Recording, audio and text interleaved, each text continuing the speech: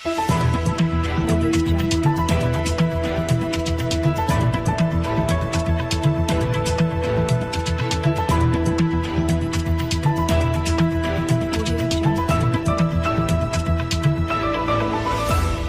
में मैं आग्रह करूंगा स्वागत संबोधन के लिए भारतीय जनता पार्टी के प्रदेश अध्यक्ष डॉक्टर सतीश पूनिया जी से कि आएं और अपना उद्बोधन दें।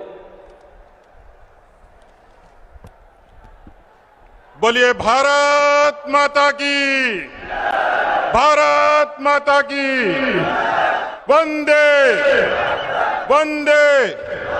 भारतीय जनता पार्टी जिंदाबाद, बीजेपी जिंदाबाद, श्री नरेंद्र मोदी जिंदाबाद, श्री जेपी नड्डा जिंदाबाद, श्री नितिन गडकरी जिंदाबाद।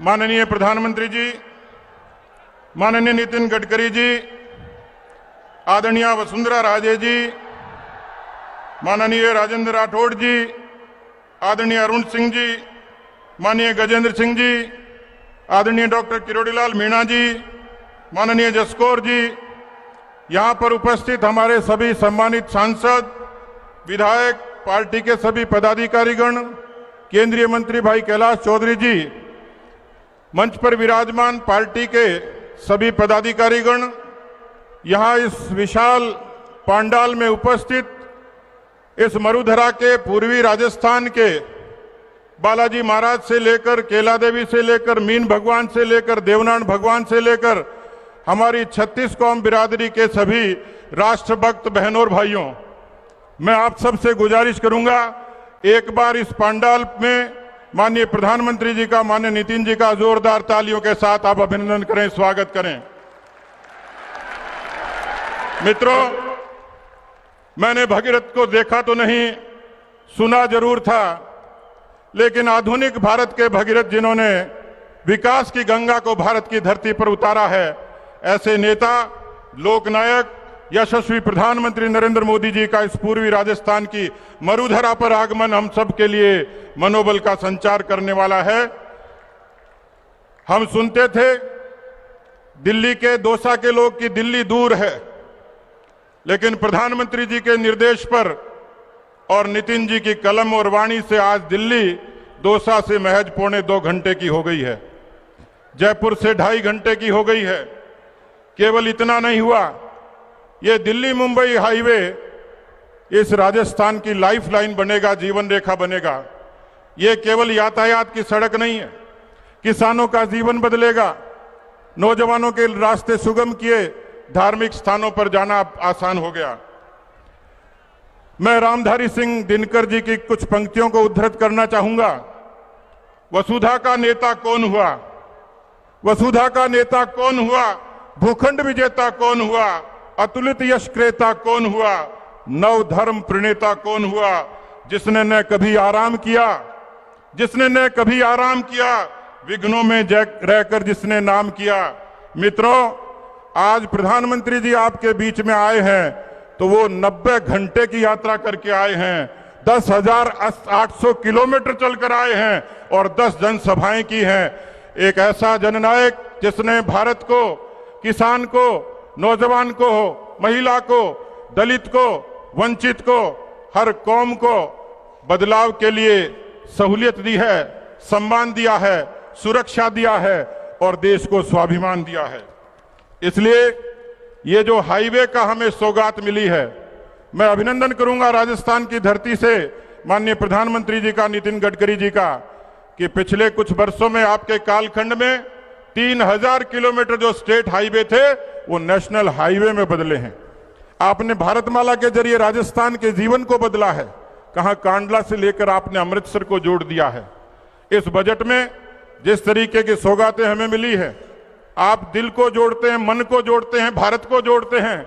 यही कारण है कि 9000 करोड़ का बजट हमें रेल के माध्यम से मिला है। आने वाले समय में रेल के जरिए भी, सड़क परिवहन के जरिए भी, और आपको आश्चर्य होगा कि राजस्थान की प्रधानमंत्री ग्राम सड़क योजना ये 72,000 किलोमीटर है जो गांव से शहर को जोड़ती है। हम अभिनंदन करते हैं आपके कृतज्ञ हैं। रहीम जी कहते हैं, दीन सबको लखत है, दीन ही लखे न कोय, जो रहीमन दीन ही लखे, दिन बंधु सो होए। आज प्रधानमंत्री जी राजस्थान की धरा पर वही दिन बंधु बनकर आए हैं, क्योंकि याद उसको करते हैं जो दुख में खड़ा होता है। कोरोना के कालखंड में जब दुनिया की सारी अर्थव्यवस्थाओं पर चुनौती थी, दुनिया के देशों में विकसित देशों को चुनौती थी, भारत स्वाभिमान से खड़ा हुआ। हिंदुस्तान के 200 से भी ज्यादा करोड़ लोगों को वैक्सीन लगी और राजस्थान के 5 करोड़ लोगों को आपने फ्री वैक्सीन देके राजस्थान के लोगों का जीवन बदलने का काम किया। माननीय प्रधानमंत्री जी, राजस्थान आपको भूल नहीं सकता, क्योंकि आपने जो 80 करोड़ अन्न दिया, 80 करोड़ लोगों को अन्न दिया, उसमें राजस्थान के 5 करोड़ लोगों का आपने संकल्प लिया था कि भूखा नहीं सोने दूंगा। राजस्थान का कोई जन आपके उस निर्देश पर भूखा नहीं सोया। आज राजस्थान की जनता, राजस्थान का गरीब 3 करोड़ जनधन खातों के साथ आज आनंद ले रहा है अपने उन योजनाओं का। और जो कोई प्रधानमंत्री कहते थे उस समय कि 1 रुपया भेजता हूं 15 पैसे पहुंचता है, आज किसी दिव्यांग के, विधवा के, किसी विद्यार्थी के, किसी मजदूर के हक का पैसा दिल्ली से आप 1 रुपया भेजते हो, इन 3 करोड़ जनधन खातों में पूरा का पूरा पैसा उसके खाते में जमा हो जाता है। यह जीवन को बदलने वाला काम था। नौजवान पूछते हैं क्या किया? मुझे गर्व है नौजवान भाइयों, 16 लाख लोगों, नौजवानों का जीवन आपने मुद्रा के जरिए बदला। खुशी की बात है कि 62% महिलाएं राजस्थान की लाभ ले रही हैं।